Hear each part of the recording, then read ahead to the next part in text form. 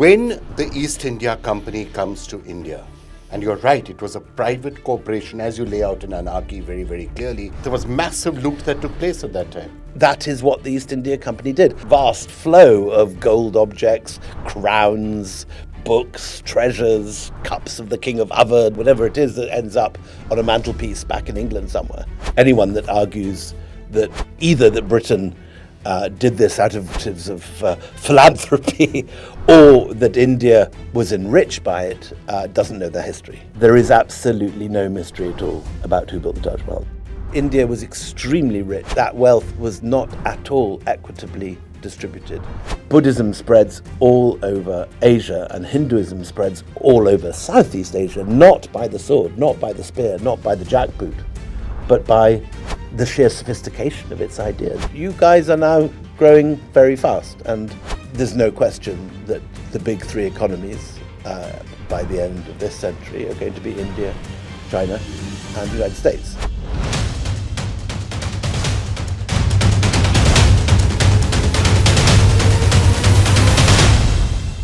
Hey everyone, welcome to the India Story podcast. And I have with me somebody who has been telling the India story perhaps better and more accurately than it has ever been told. William Dalrymple, it's such a pleasure to have you here with us. Vikram, I love this flattery. Well, you know, very kind. I was about to describe you as, India's best historian, of course, although you are British, of Go course. on. I won't stop you, but thank you. Okay. No, actually, frankly, you've done a task of, talking about the Mughals, and you spoke about, how the East India Company rose. And now, of course, you've been uncovering layers of India's history in, the Golden Road. By the way, I love that title, The Golden Road. I hope it's catching on. It is. We see, weirdly enough, it's very nice when you coin something that people like and begin to adopt as their own. And for the first couple of months after the book came out, there was no sign of it taking root. But weirdly, all over the world now, we suddenly get articles on the Golden Road or the new Golden Road or the Golden Road reborn or something like that. So, I think it seems to have taken root. Well, I am, of course, going to talk to him about it at great length because the Golden Road is essentially India, the center of influence for almost 1,500 years in history, and a golden road running through with India at its center, and not the Silk Road with China at its center, which is a theme that I think all of us would love to hear about. But I'm going to just start first, having now built you up as the defining historian. There's a but coming. From a British and an Indian point of view. Help me resolve a debate that I keep having with people on Twitter and other such forums these days. There's a fresh wave of people who are coming out and saying, oh, the British Empire was actually really good. It was a force for good, and India should be so happy. And, the railways came, and democracy came, and cricket came, and you guys are so ungrateful not to be happy with that. Some of us push back a little bit and say, well, wait a minute, it also did take the richest country on the planet and reduce it to one of the poorest. Who's right in this argument? I'm on your side. This is obviously a major culture wars debate in Britain now, which it kind of wasn't when I was writing my 4 East India Company quartet books. And I think my books, which got a pretty good reception from both left and right when they came out, would now receive a much more polarised reception than they did then. Today you have, even in Tory party conferences, people like Liz Truss and Kemi Badenoch making speeches against historians who do down our great empire and this sort of thing. My view always is that no empire is built for the colonised. It's obviously always built to benefit the coloniser. And the British Empire is a particularly good example of that because much of it in the early bit of the imperial story was not even run by the state. It was run by, it was sort of sublet from the state to a bunch of corporations run entirely for profit. So there's no way you can argue anything other than that the East India Company asset stripped India, as well as becoming, in its later phases, the biggest narco operation in history. It grew opium in Bihar, sold it for tea in China, then exported that tea not just to India but to Europe and ultimately America. It was East India Company tea that gets chucked into Boston Harbor, kicking off the Boston Tea Party and the American Revolution. So it was a true blue. It's an extraordinary story. And there's all sorts of things that Brits can be proud of in terms of entrepreneurial ruthlessness and sheer success. But it drained India of wealth, and it put Britain, or rather, when it began, of course, there was no Britain. There was England, Scotland, Ireland, and Wales, separate countries. But it put all those countries from the middle of the European league table behind places like France, Spain, Portugal, and Italy, right up to the top.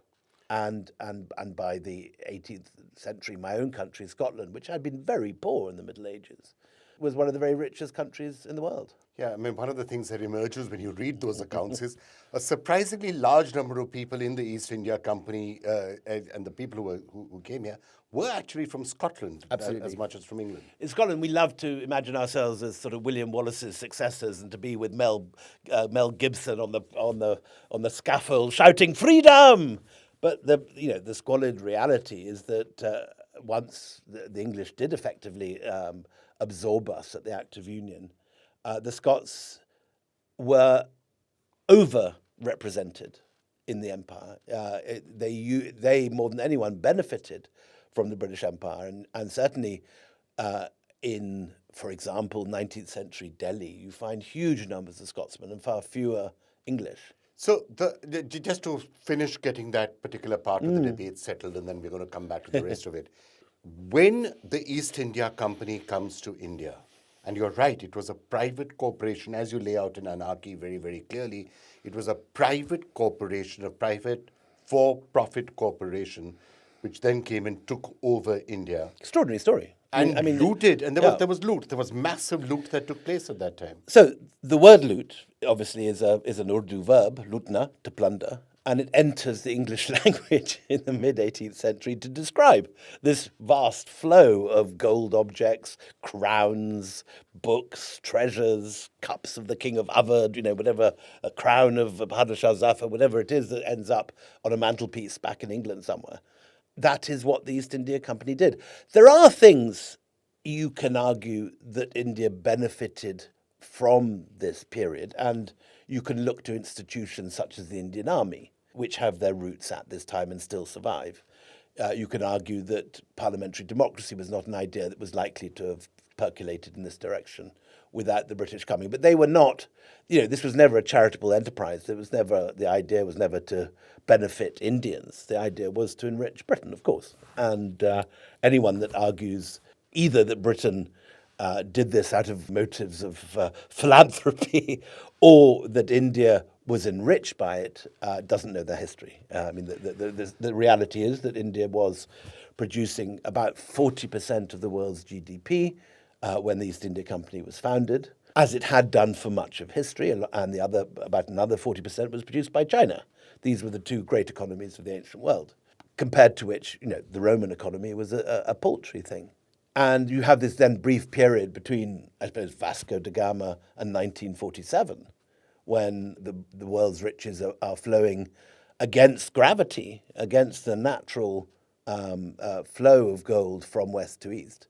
For that brief period of 300 or 400 years, wealth flows from the east to the west. And then from 1947, what you've seen is the rise of India and China, both starting very slowly in the 50s and 60s and 70s and gathering momentum. China has got a little bit ahead of you guys, really, since the 1980s, has made a most extraordinary turnaround.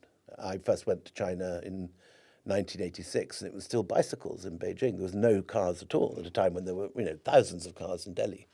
But since then, they've shot past you. But you guys are now growing very fast. And there's no question that the big three economies by the end of this century are going to be India, China, and the United States. Which order? We don't know.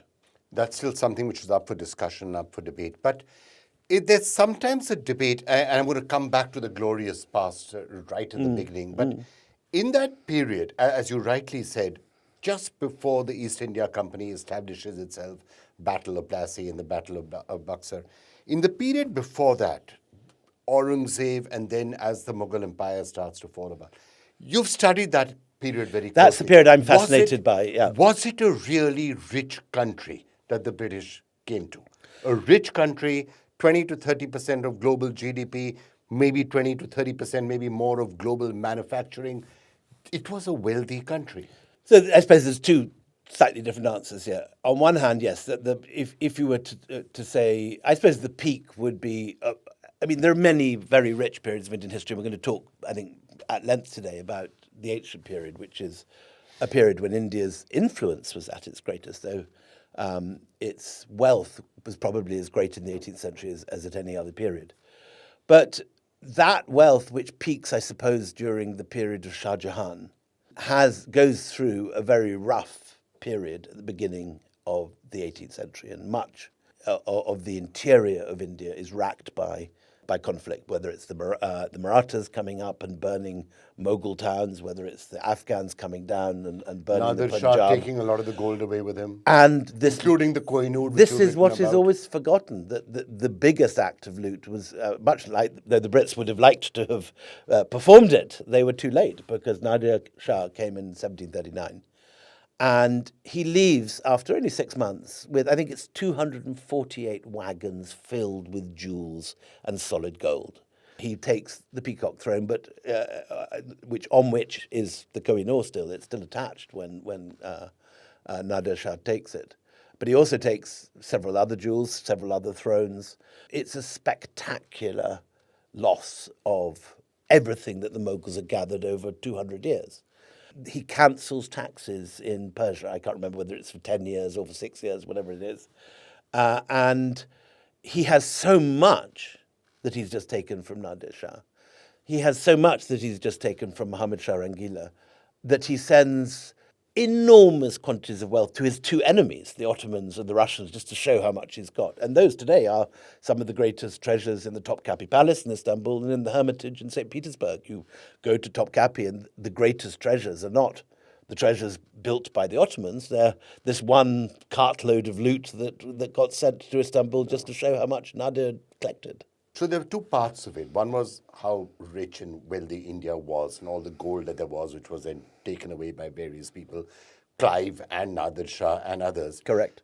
But when it comes to the impoverishment of India, which is something that I think a lot of people think back about, that had a lot to do with the company, right? Because if you look at the areas which, as you write about in the Anarchy, Bengal, Bihar, Odisha, even today they are among the poorest parts of India, but they weren't. They were the three richest provinces, which is why the East India Company took them in 1765 when Shah Alam is forced to sign away what's called the Diwani, which meant the treasury. But he signs off those three great Mughal provinces. And Bengal, I think, is best thought of in the 18th century as the equivalent of Silicon Valley. And the reason it was so rich was not obviously technology or microchips or anything. It was textiles. Bengal was the textile centre of the world. The weavers of Murshidabad, the cloth that would pass through a ring. Exactly, all that. And there was whole varieties. So, obviously at the top was these various silks and kalamkaris and all these wonderful hangings that were embroidered.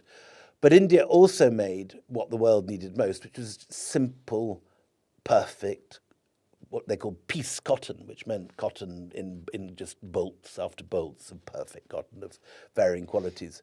And this was exported around the world, so much so that by the end of the 18th century, there's de-industrialisation in Mexico because they just can't compete with this imported Indian cotton, which has come via the East India Company.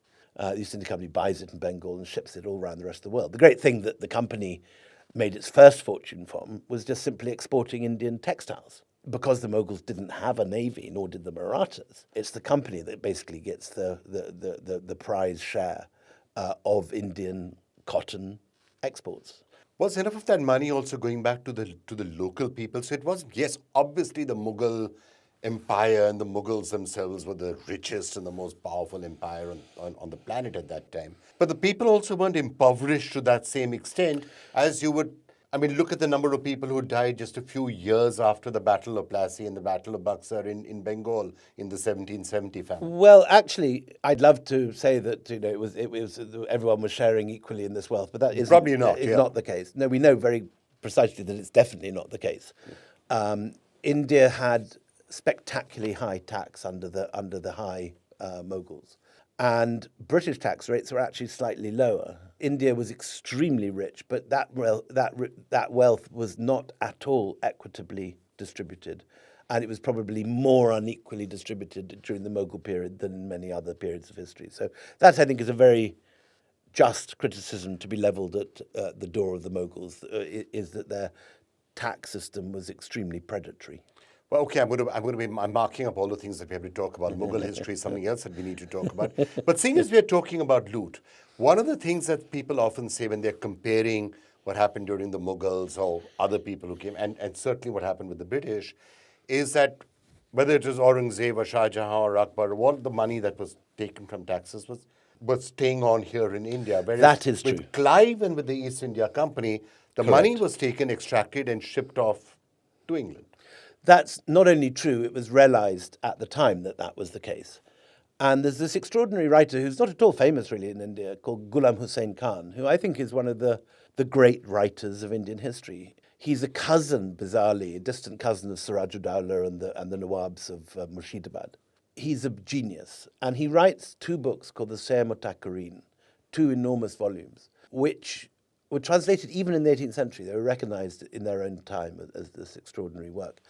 And it reads a bit like Edward Said writing on colonialism, but while Said is writing after empire's finished and is the first, in a sense, to look back at it at the end of empire, Ghulam Hussain Khan is in many ways the first colonised intellectual to really write down an accurate and considered description of what it means to be colonised.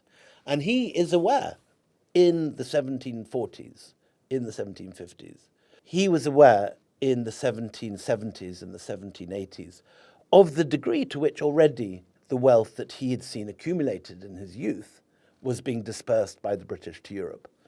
And he writes about the drain of metals, about how the precious metals are just flowing abroad. And he does exactly make the point you just make, that the Mughals also made huge fortunes, but they made fortunes in India. And when they wanted to build a palace, they would employ Indian craftsmen, and the craftsmen would be paid to do Indian designs in traditional ways.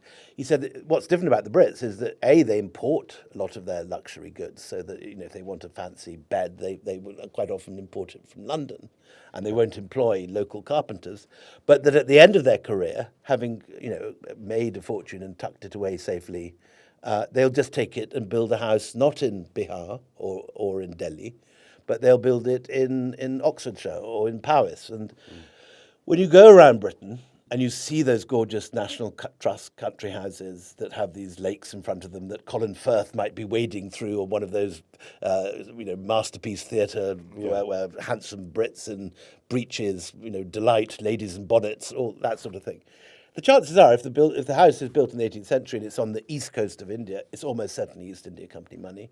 While if it's on the west coast near Bristol or Glasgow or anything, it's slavery. And those two extremely dirty businesses were the initial source of British wealth. They provided the seed funds for the Industrial Revolution, and then the Industrial Revolution is this multiplier that massively increases Britain's wealth. So slavery, India, is the first generation of mega wealth, and then the Industrial Revolution provides, by the mid-19th century, a second generation of incredible wealth. So why is it that all of this is now being suddenly whitewashed a little bit? That's an interesting term, actually, unintended pun, in Britain. I mean, why is that happening? Motive is not so much to whitewash it, but on the right wing, there is a feeling that the achievements of our ancestors have been rubbished. And in a sense, it's not denying the loot took place so much as saying that this extraordinary structure was created, these conquests were made, and these are national heroes to be celebrated, and who, someone like Clive, you can look at it two ways. Clive drained India of a vast amount of wealth. It's also true that he brought a vast amount of wealth back to Britain. Yeah. And so, from the British perspective, you can argue that Clive was a great character. Just like the Persians can say Nadir Shah was a great character. Yeah, people like you have questioned why is there a giant statue of Clive there in Whitehall, but I guess he He did enrich Britain Unquestionably. to some extent. Okay, now, as a lot of this becomes a subject of politics, it's interesting because here in India also, I think there is by now idly escalating acceptance of the fact that the period of slavery was the 200 years of British rule, or they will say, oh, it's 800 years of slavery, and you go all the way back to the Delhi Sultanate. Correct. That is indeed the narrative at the moment.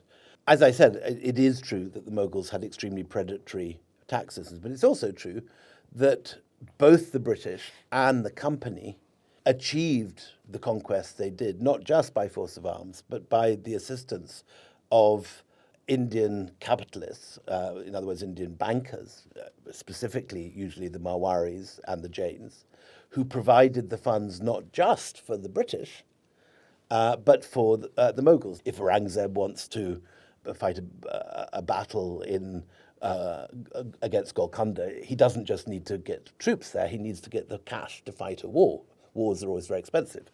And one of the ways he'll do that is to pay money into a Marwari banker in the Chowri Bazaar and withdraw it in Aurangabad. But in Anarchy, you write about the fact that at least with the Jagat Seths who almost put out a contract to say, come in and do it. Almost, they did put out a contract. Now, this is something that very few people are taught in Indian textbooks. Clive went out to India for the second time to fight the French.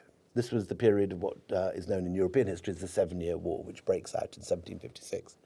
So the army that Clive is leading when eventually he fights the Battle of Plassey is not an army that's been sent out to fight anyone Indian at all. It's been sent out specifically to fight the French operations in India.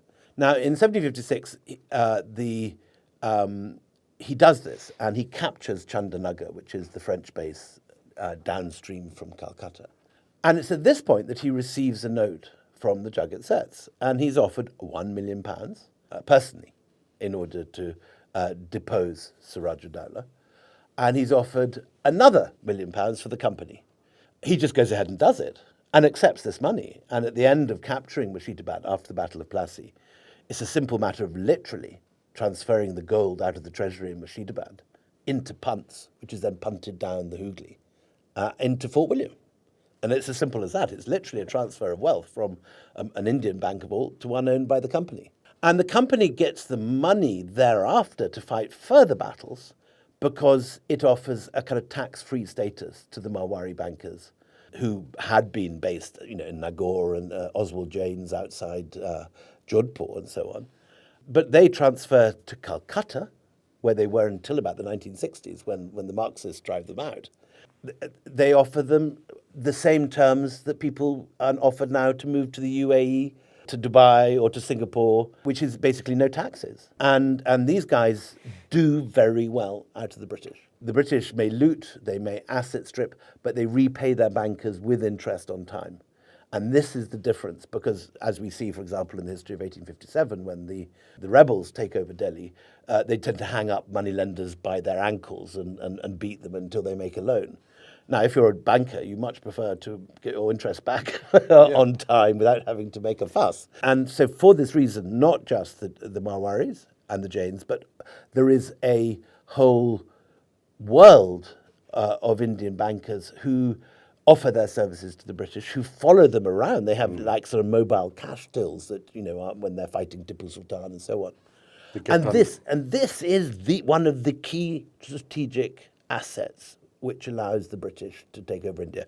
A lot of it's about technology of warfare. 18th century warfare is amazing new developments in horse artillery and in file firing, the musket with the bayonet. The other half of the story is the capital to fight the wars. The Indian moneylenders back the British against the Marathas and against Tipu Sultan, and that makes the difference. And against Suraj-ud-Dowlah at the time of the Battle of Plassey. So not just they back them in the case of Suraj-ud-Dowlah. They actually gave him a contract. They paid them to him do and it. asked him to come and do it. So that's actually a part of a history that I think all of us in India would do really well to remember. It wasn't just the acts of betrayal by the likes of Mir Jafar. It wasn't just the fact that all the sepoys were Indians fighting British wars. It was actually the fact that India's conquest was paid for by Indian bankers like the Jagat Seths, and they, in fact, paid people like Clive to actually come in and do it, which was a sad thing to always No, sort it's of a very sad remember. thing, and I think if you are of the Indian right and regard the Mughals as invaders, in a sense, you've got to look at this period to understand what happened. Because why is it that the sepoys fight for the British rather than for the Marathas or Siraj-ud-Dowlah? It's because any sense of national identity has been eroded. People just are used to fighting for whoever pays them. And there is this strange collaboration with the British, which happens across the board. It happens at the top with the bankers, but also it is not white British regiments by and large. The overwhelming mass of East India Company troops that they fight their battles with are Indians. Why are they working for the company? Because the company pays about double what any Indian ruler will do. You've obviously written very extensively on the Mughals also. And yes, there is a lot of discussion and debate as to over the entire Mughal era. Now, clearly, people like Aurangzeb are very clearly people who did a lot of harm, did a lot of damage, may well have led to the fragmentation that followed after that. What about the period before that? The Akbars, the Jahangirs, the Shah Jahans, what sort of rulers were they? Were they people who contributed a lot to India? So again, if you were to bring a different historian of the right in here, he would give you a different answer to the answer I'm about to give. But I'll give you what I think.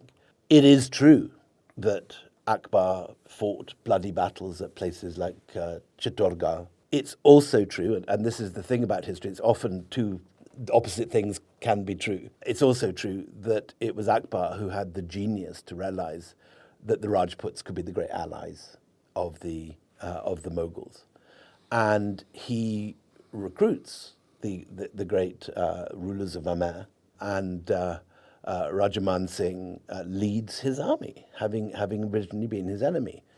The great truth that the right does not like to accept about that period of history is that the conquests of Akbar and Jahangir and Shah Jahan are fought by a coalition of Mughal and Rajput forces. And the Rajputs are often the crack troops of the Mughal armies, which is why when you go to the archives in Bikaner, you find in there the loot from many of the Deccani campaigns. So, the great illustrated books from the palace at Ahmednagar in the Deccan, or Golconda, or Bijapur, are not to be found in Delhi. They're to be found in Bikaner, in Amer, in the Rajput courts.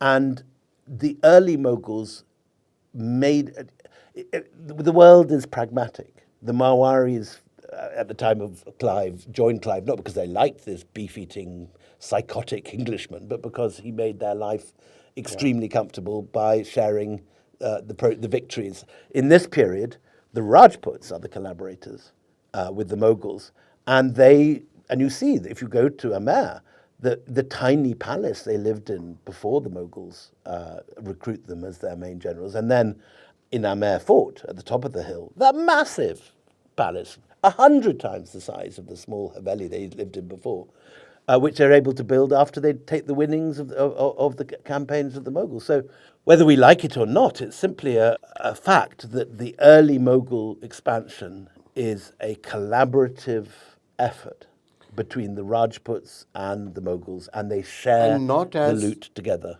and not as religiously polarized on what we now call communal grounds. I mean, clearly the Ghaznavis and the Gauris, when they were coming, it was very clearly, come and they, destroy Somnath and the rest of it. Aurangzeb, of course, was very clear. But in your assessment, the peak of the Mughal Empire, if you like, the Akbar, Jahangir, They Shah are Jahan period. the emperors are pragmatic enough not to piss off the Rajputs. Exactly that, and the Rajputs therefore are offered a share in the winnings, and join the winning side. And that's why you have, Raja Jai Singh fighting the Marathas down in the Deccan, not because he loves the Mughals, but because he thinks that he's going to enrich his family by doing so.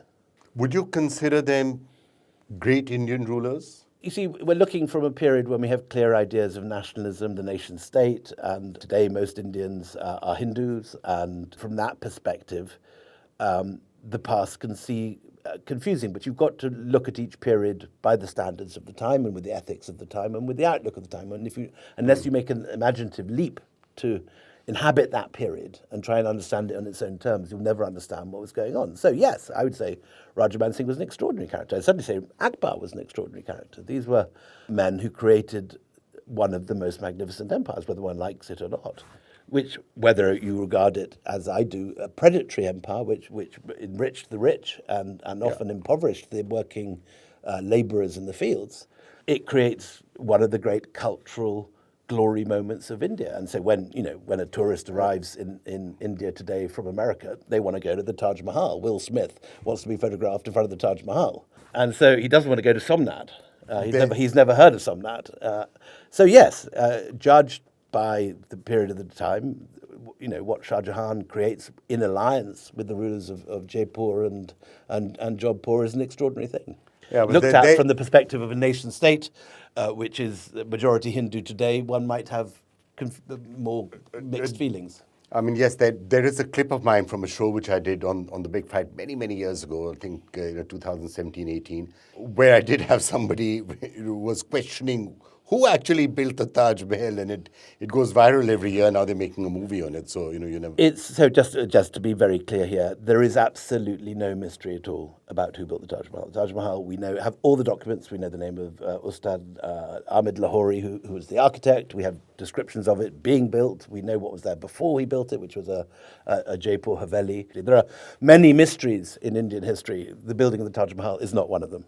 All right, let's now turn back to an earlier period, which is, really, frankly, what the subject of the Golden Road is. And the fact that you've coined this and the amount of information that you've uncovered about this is probably, I hope, going to make a major impact. Thank you. Because you talk about a period, William, and I'd like you to describe it for us, a period of 1,500 years where India is quite literally the center of the world. We all know that India and China had 20-30% of GDP, but you're talking about a period where it's not China, it's really India, which is the fulcrum of the planet for almost 1,500 years.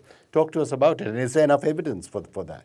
Yeah, there's very clear evidence of this. Now, the first thing to be said is that the Silk Road, which is this hip idea of the present, is not an ancient idea. There is not a single ancient Chinese or Roman source that talks about a Silk Road.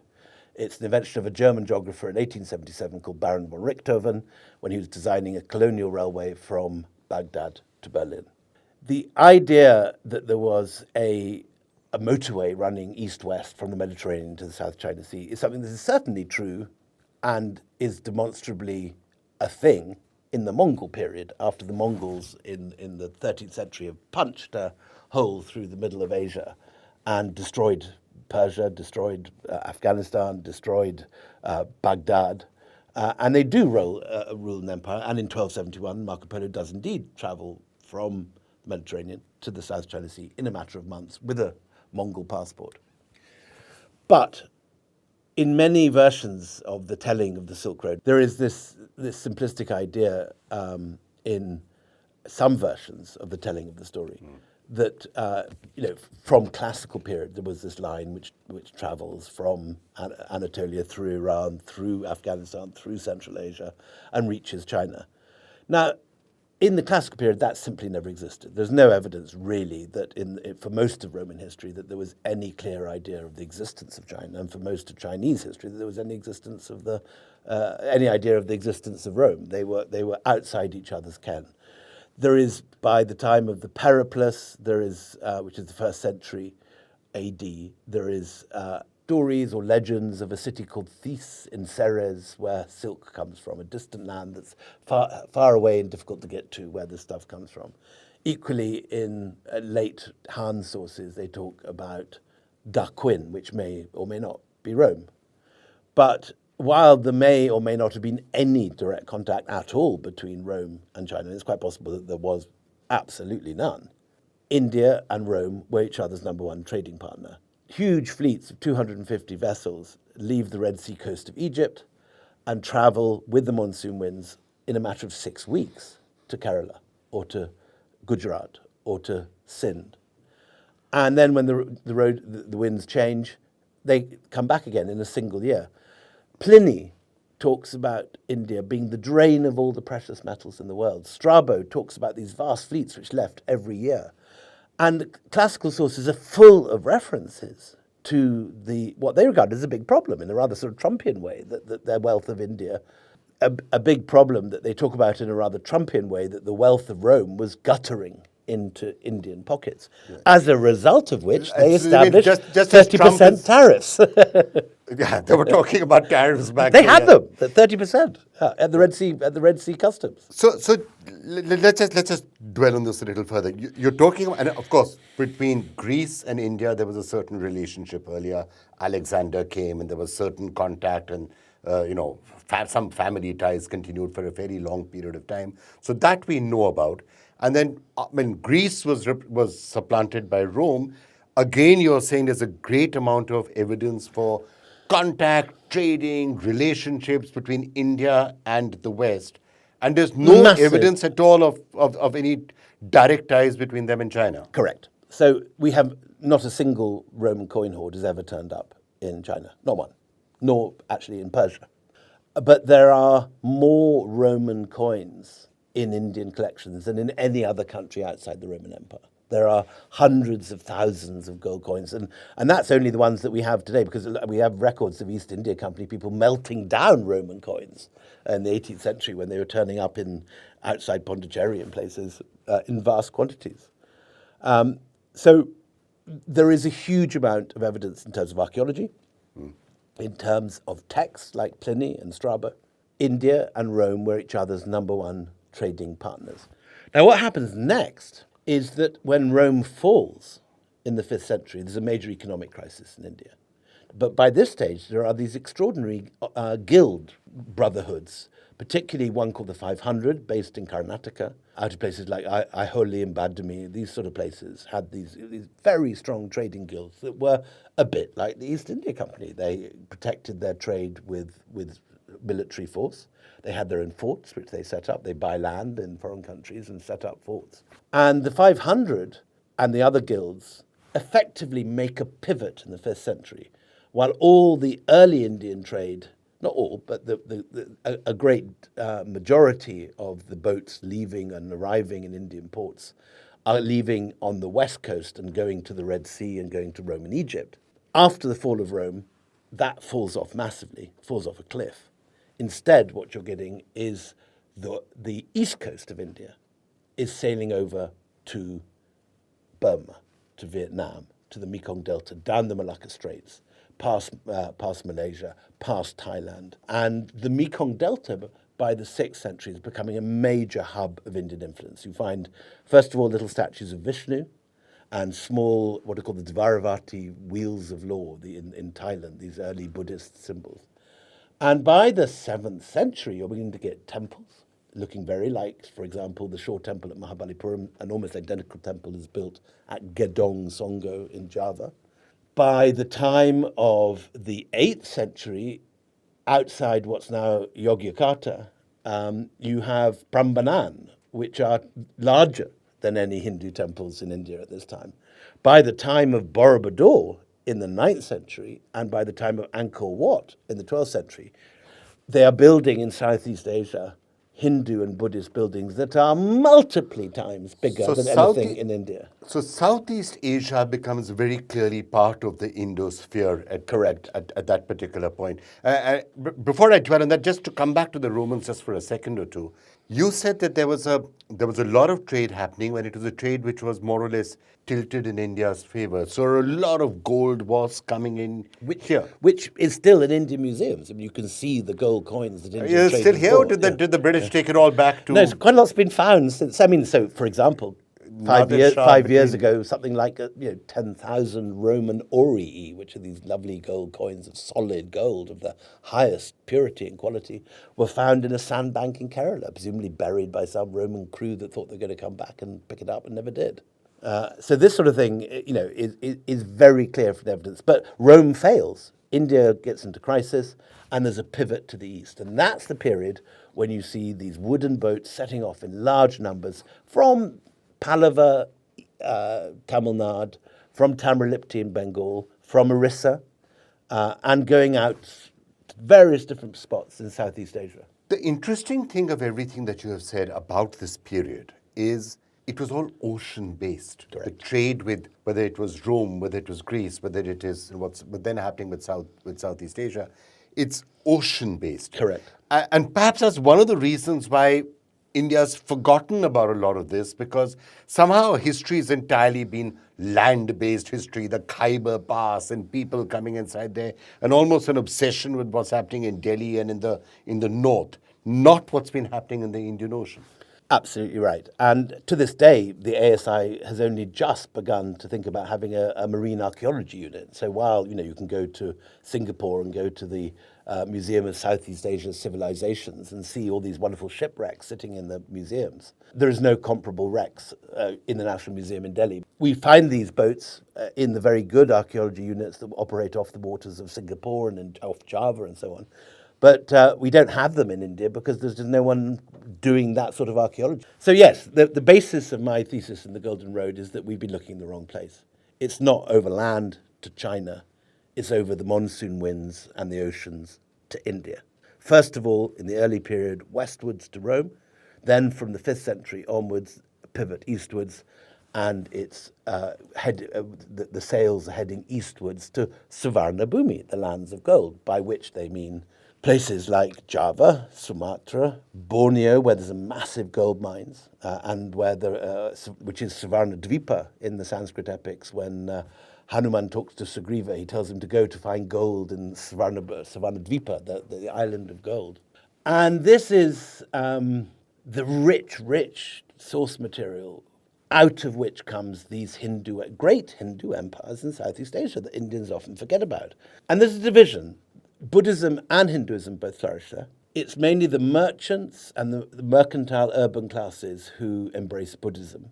It's mainly the courts, the kings, because what's the point of being a great warrior king if you have to be non-violent and no warrior king wants to be a Buddhist because you have to put your sword in your sheath like Ashoka did. So instead you get these great Hindu kingdoms, and the greatest of all is the Khmer Empire. And what I think very few people in India realize is that probably, you can certainly argue, that the greatest Hindu empire of all is not in fact the Guptas.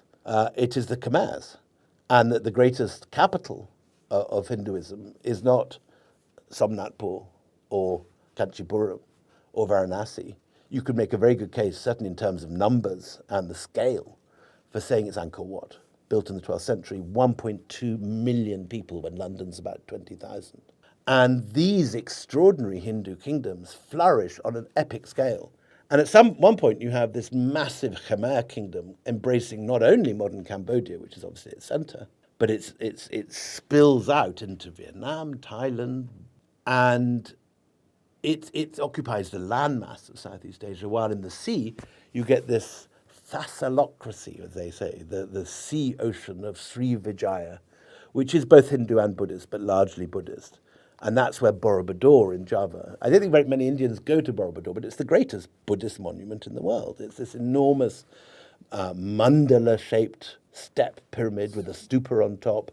So, and a lot of this is then connected to the Chola Empire right now, which was connected with this Srivijaya. So you've got this ocean. They're land empire. This is an oceanic empire, very influenced by Indians. The Cholas are dominating it. They go into Srivijaya to teach a lesson at some point. Exactly. So what happens is that the Cholas are allied with the Khmers, who are fellow Hindus, and they are both facing off against the Buddhists of Srivijaya. And in 1016 and in 1025, we have these very successful raids by Rajaraja Chola into the ports of Southeast Asia. It's not a conquest, it's definitely a raid. And the Srivijayans seem to have irritated the Cholas by describing them to the Chinese court as their feudatories, as their feudal inferiors. And so the Cholas said, we'll show you. And in 1016, 1025, there are these big raids. But what is equally important, I think you could overemphasize the importance of these raids, because the great glory of this entire extraordinary pattern of Indian influence over the whole of Southeast Asia is that it is not a thing made by arms. Buddhism spreads Buddhism spreads all over Asia and Hinduism spreads all over Southeast Asia, not by the sword, not by the spear, not by the jackboot, but by the sheer sophistication of its ideas. It's an empire of the spirit, not an empire of the sword, which is a rare and wonderful thing in world history. And you get, in the 6th century, this whole world of empires all the way between, from Kandahar in Afghanistan through to Bali, where everyone is speaking, all the courtly activity is taking place in Sanskrit. And within this area, you don't have not only the great epics like the Ramayana and the Mahabharata spreading out over this vast area, but you have this wonderful spread of Indian science and mathematics and ideas of geography and ideas of concepts of cosmology and astronomy. And it's an extraordinary moment in world history, all without a sword being thrown. And the other thing to keep in mind is that why is it that India, during the Gupta period and so on, is producing these great ideas which are going out around the world? Why is it that during Gupta India you get the development of the idea of zero, place value, the numbers we all use today, all around the world are developed in India? How come that they're exported, these ideas are so great that they're exported through the Arab world to Europe? How come that Buddhism takes over the whole of Asia as far as Siberia?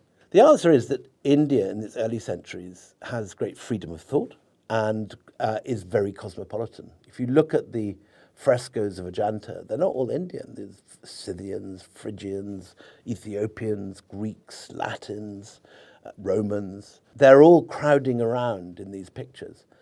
And it's certainly my view that just like Silicon Valley, you go to... I was just about to say that. You go to the Google headquarters, the Bay Area today, you will find every nationality working at building these extraordinary algorithms and developing Google Maps and all these extraordinary gizmos that transform our life and creating the AI that is so helpful and which may destroy us, but we'll see. Mm. This is happening because there is this meritocracy, this freedom of thought, and people are free to go and argue and take technology forward. I get the impression that this is what's going on at the same time in Gupta India, that it isn't that Aryabhatta and Brahmagupta are coming up with these ideas single-handed. They are building not just on the Vedic mathematics of Indian past, but they're bringing in ideas. The Yavana Sutras are referred to, which means the Greek texts, presumably things like Archimedes and Pythagoras. They're also looking at the work coming out of ancient Persia, ancient Babylon, ancient Egypt. And then they're taking these ideas forward. And Aryabhatta himself says, I dived deep into the sea of knowledge and retrieved the truth through my own hard work. In other words, he's reading all this stuff from around the world, and the people he's meeting coming from all over. He's near Pataliputra, he's near the capital of it all. And it is the intellectual freedom and the cosmopolitan nature of that world, because intellectual excellence comes from intellectual freedom. And that is where India's great hope lies, and where, in a sense, the threat to India's future also lies. If we allow India to turn into a sort of Trump land, where everyone just praises the great leader and suppresses the truth, then we're not going to see that sort of intellectual blossoming that happened in ancient India. Again, in my view, I'm just expressing my own view. Other people will welcome to disagree with this. But my interpretation of ancient India's brilliance is not that, as some nationalists would have it, it's a sort of sealed Tupperware full of pure Indian Vedic genius, but that it is open to debate, it's open to intellectual wrangling, and that freedom is what leads to the intellectual brilliance of ancient India, and it's so brilliant that it's exported around the world by dint of its sophistication, not by the sword. And that's unique. An empire of the spirit is something worth celebrating. And that's actually an interesting lesson for people to take around the world. The other comparison with Silicon Valley may well be the universities. You had Textile, you had Nalanda, you had the great universities. Correct. Like you have the Stanfords and the others in Silicon Valley. You had that in India right now. But you're describing almost a 1,500-year period where, at a time when there's not much of history in the rest of the world, you're having this very open, very connected through the oceans. I wouldn't agree there's not much history in the rest of the world. There's lots of stuff going on everywhere. But what's happening in India is utterly extraordinary. And India is attracting the talent from around the world. And that doesn't last forever. And what's interesting is that, in a sense, to put the B side of my idea that it is the intellectual freedom and cosmopolitan nature of ancient India that is its source of genius. By the time of al-Biruni, who comes to India in the 11th century, that has finished. And al-Biruni says that the Indians of his day just say, our learning is the best learning, our science is the best science. There's no gods like the Indian gods. And he makes this great sort of joking reference to the fact that the Brahmins of his day are not intellectually curious. And this is the 10th and 11th century, just before, in a sense, the fall of this world. And what's happened is that people have become smug. And the intellectual wrangling and the search for truth, which is such a thing at the time of Aryabhatta and Brahmagupta, seems to have run out. And that then leads to the catastrophes that India loses this world. First with the invasions of the Turks, then the Mongols fill it with Persian refugees from and Delhi, for example, becomes Persian-speaking in the 12th century, 13th century, filled with refugees from Merv and Balkh and all these cities that Genghis has destroyed. And then India is cut off from Central Asia. There is a hardening of the boundaries, and no longer do traders cross towards China as they had done. There is a hard border between India and the rest of the world created by the Mongol conquest. So India today is obviously very well aware, as we said at the beginning of this talk, about the invasions of the 12th century and the burning of the great universities like Nalanda and so on. What I think is much less appreciated is that there's two big catastrophes that happen. The first of all is the Turkish invasion, which does lead to a great deal of burning and bloodshed. There's no question about that. And secondly, this hard border seals India in for a few hundred years. That the Mongol Empire, north of the Punjab, cuts it off from the rest. So that spread of ideas breaks down. Would you agree that that is exacerbated by the fact that India forgets its maritime history? It forgets that it's been an ocean-faring country for a long time, driven in part by what you describe as the monsoon winds allowing two-way traffic. It's to some extent forgotten, and you become a only to some extent, because it does continue.